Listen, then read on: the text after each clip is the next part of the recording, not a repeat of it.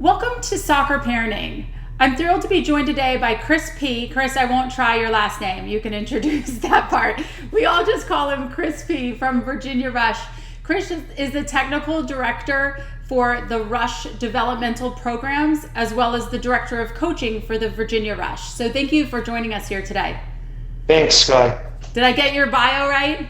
Yeah, kind of. So I also have the role of technical director for Rush Soccer around the nation, around the globe. So fantastic. And you've done a great job with that. That's how I've gotten to know you, through those emails that you sent out. And what I love about your emails, that they're going out to various coaches through the Rush program, but you've also done a phenomenal job of including people like myself and other people that are leaders within youth soccer, that might have just a desire to be involved in the conversation. So I love how you're opening the door and collaborating and communicating. That to me is something that we just need to see so much more of in youth soccer. So I really appreciate that. no, you're welcome and agreed. You know, the plan was to open it out and share it with all our soccer neighbors. Please quote, neighbors, not rivals, Yeah. because we're all in the same game, right? And it's the end product of keeping kids engaged and making sure they're lifelong participants and stuff like that. So we share it with everyone, and it's not just Rush clubs, it's other experts from around the world like yourself and other sports. We've got US hockey involved, ice hockey, and there's times where we're talking to US hockey as well, field hockey. So we just want to do what's best for children and spread the word and see what works in one sport and pass on the good word, as it were. Fantastic. Tell us a little bit about what you're doing, what your role is in youth soccer these days, and sort of your path to how you got to where you are right now. Yeah, so started off, obviously I started young. My dad played and the whole family played. My dad played professionally in Cyprus and then moved to England. That's where I was born and raised. And of course, we were playing maybe 5-6 times a day, 6-7 days a week, and then became a teacher. And then in 1994, many moons ago, I came over with Major League Soccer camps that were used to be North American soccer camps. And I was in Monongahela, Pennsylvania, watching the World Cup final in a Cowboys house. So that was my first introduction, coming over for summer camps. And then I kept coming over every summer, and then ended up in the Midwest. Met my wife there, and then moved over on a regular basis in '99, and I spent about 15 to 17 years in the Midwest. And then 2.5 years ago, I wanted to come to Virginia Beach, but also moved through the Rush program to Virginia Beach. And so now my big roles here are player development, coach education, and parent education. Fantastic. So if you had a group of parents in a room, like 50 parents that were like eager to learn, eager to get some advice, what would be some of the key things that you would want to talk to them about? So first things first, we like to define and share the expectations. We let them know that there are no 10-year-olds that have won a World Cup yet. And then what I like to do is actually talk to the parents through the children. So if we've got a group of children together, I'll ask the children, hey, who likes to color? Who likes to play Minecraft? Who likes to play this? Who likes to play that? And invariably the children's hands go up. So then I'll say, okay, now when you're playing or when you're coloring, do your parents stand over your shoulder and yell at you, pick the yellow, go faster, stay inside the lines? What were you thinking? If you mess up again, you're walking home. And then invariably the one joker child stands up and the rest stay seated. And then I'll say something, well, what makes you think it's okay when your parents do that at sports? And then you see the light bulbs coming on for the parents. And some kids will say, well, I like my parent to yell. Well, that parent is the coach invariably, right? So the message is, it's quite simple, is let the coaches do the coaching. Your job is to support. And, like Johnny O'Sullivan says, is tell your children after the game, I loved watching you play today. So, as you know, Sky, I sent you a little poem that I put together in VideoScribe, and I'll send it to you again so you have it. But the message is simple. Let the kids play, release your child to the game, and just support them. Try not to talk about their teammates after the game and stuff like that. And it's the car ride home where they should be saying, well, how do you think you did today? And the first question is usually, do you want to talk about it? And if the answer is no, then let it go. And this stems from, a childhood. When we grew up, it was very simple. If your parents didn't come and watch you play as much, and the first question invariably was, did you win? Well, if the answer is no, the conversation's done. And this happened recently when I went home. My aunt asked her granddaughter, well, how was your sports day? Did you win? And then the answer was no.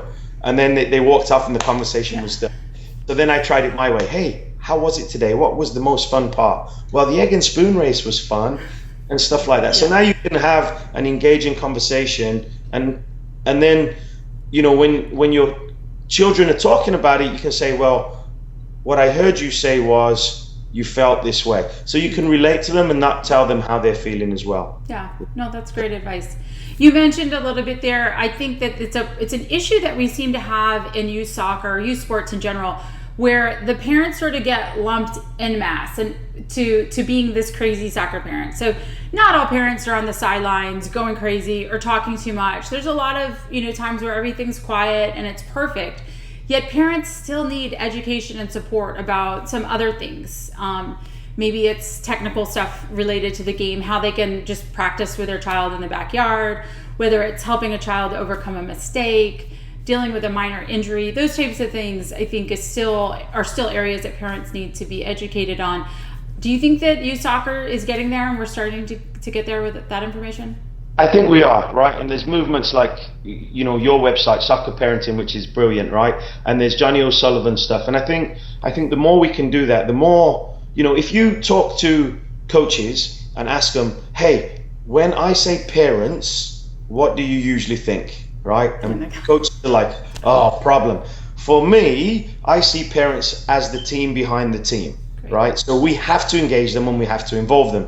So what I used to do in Wisconsin, and I've started doing now in Virginia, working with more teams, is we send them, hey, this is what we're working on this week. This is what you can expect to see. If we're playing low pressure, right, don't be yelling go, go, go, because this is what we've worked on. So now just sharing what you've been doing. So now not only do the players know and expect, now their parents know what to work on or what they've been working on. So those conversations with the prepubescent teens are not one word answers and okay, I'm going to go play now, but educating them by involving them and letting them know, hey, we worked on this week. This is what you can expect to see. And so you're having that conversation before the game. Yeah. So then the parents have things to look for and then can appropriately support their child instead of maybe saying something that's opposite of what you're trying to get at. Absolutely. So, that's one way. And the other way is sometimes, we may have lost the game. We bring them in at the end and then we focus on the positives. And the parents are like, did we just lose or did we just win? Because, you know what I mean? So we're not hiding the score. And again, we tell them very early, right? If you just want to win, then this is not the club for you. If you just want to win. Now, if you're striving for excellence and you want, one of our big things is they've got to have fun. Right, so what we've started doing is practice starts at 5:15. Where children are getting there at 4:45 because the fields are set up and we've got different fields set up and the kids just come and play. Right, the parents start to coach and I'll have a wander across and I'll say, hey, if you want to play, there's a little field down there. Let them explore. This is like recess. This is like how we grew up, where there wasn't always somebody yelling and screaming directions at us, and this is for them to explore and learn and stuff like that. Great. So, involving the parents is important. Let them know the game plan. Feedback for the children. Yeah. Letting parents know, hey, I really love the way you supported today. It was positive. You made us proud, and this is how we want our sidelines. And there are a few that do spoil it, and it's always the squeaky wheel, right? That but we like to have a culture keeper on our sideline. Okay. If there's, and we like to do a lot of moving around, right? Because at the youth level, we don't just want to develop super teams. We're geared towards the individual. Mm-hmm. And if there's a kid that's moved across to Club Pass, which we like to do a lot of, and that parent's not in tune with what's going on and how the sidelines are, then we have somebody who will walk over and say, hey, this is how we support with this group. And it's been well received. With our neighboring clubs, we've actually done a developmental U9 league where we've done the build out line and the no punting. And we actually hold a couple of silent Saturdays where all the parents are allowed to do is clap. and the coaches are coaching. But the idea is we're not coaching the player on the ball, we're coaching the players around the ball, or we're coaching when they come off the field. And we share this with the parents as well. Yeah. Hey, yes, doing this today, it's because we've worked on this. We're playing this team today. The last time we played them, it wasn't a very even game. So we're going to win the ball and go through the goalkeeper if the game allows. So little things like that. So they're not just, unfortunately, every now and again you see the lopsided game, and then you still see the parents cheering when the 15th goal goes in. So we're trying to get away from that as well, of obviously the lopsided score lines, and having a little bit of decorum and class. Yeah. There you go. One of the things that I've been really sort of studying a lot about, really sort of keyed into personally through the soccer parenting, is trust, and how we can develop trust in our relationships between parents and coaches.